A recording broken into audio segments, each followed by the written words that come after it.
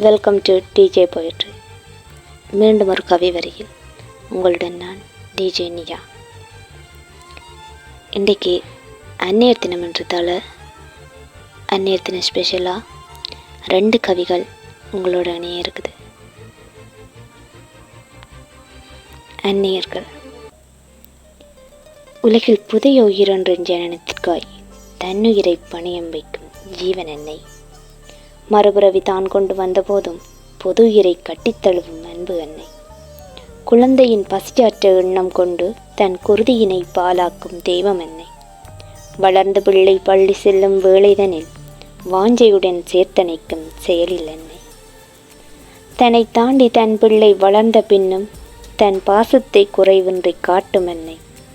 உடலை விட்டு உயிர் பிரிந்த போதும் தன் பிள்ளைக்காய் ஏக்கம் கொள்ளும் ஜீவன் அன்னை. அன்னை அவள் செயலுக்கு ஈடென்று சொல்லிவிட இவ்வுலகில் எதுவும் இல்லை. அன்னையரை கொண்டாட ஆண்டு முழுவதும் தேவையெனினும் உலகில் யாவரும் உணர்ந்துவிட என்றோர் நாள். உலக வாழ் அன்னையர் அனைவருக்கும் அன்னையர் தின நல்வாழ்த்துக்கள். Welcome to DJ poetry. இன்று கவிகளோடு நான் எஸ்ஜே ரிஷி.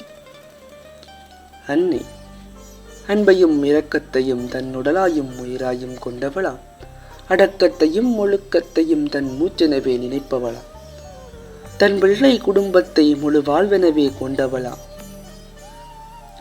அன்பு எனும் மூவளத்தில் முழு உலகையுமே காட்டிவிடும் அன்னை அவள் அரவணைப்பில் ஆயுள் வரை இருந்திடவே. 5 அறிவு விலங்கு முதல் 6 அறிவு மனிதன் வரை ஆசைப்பட்டு கிடக்கின்றன.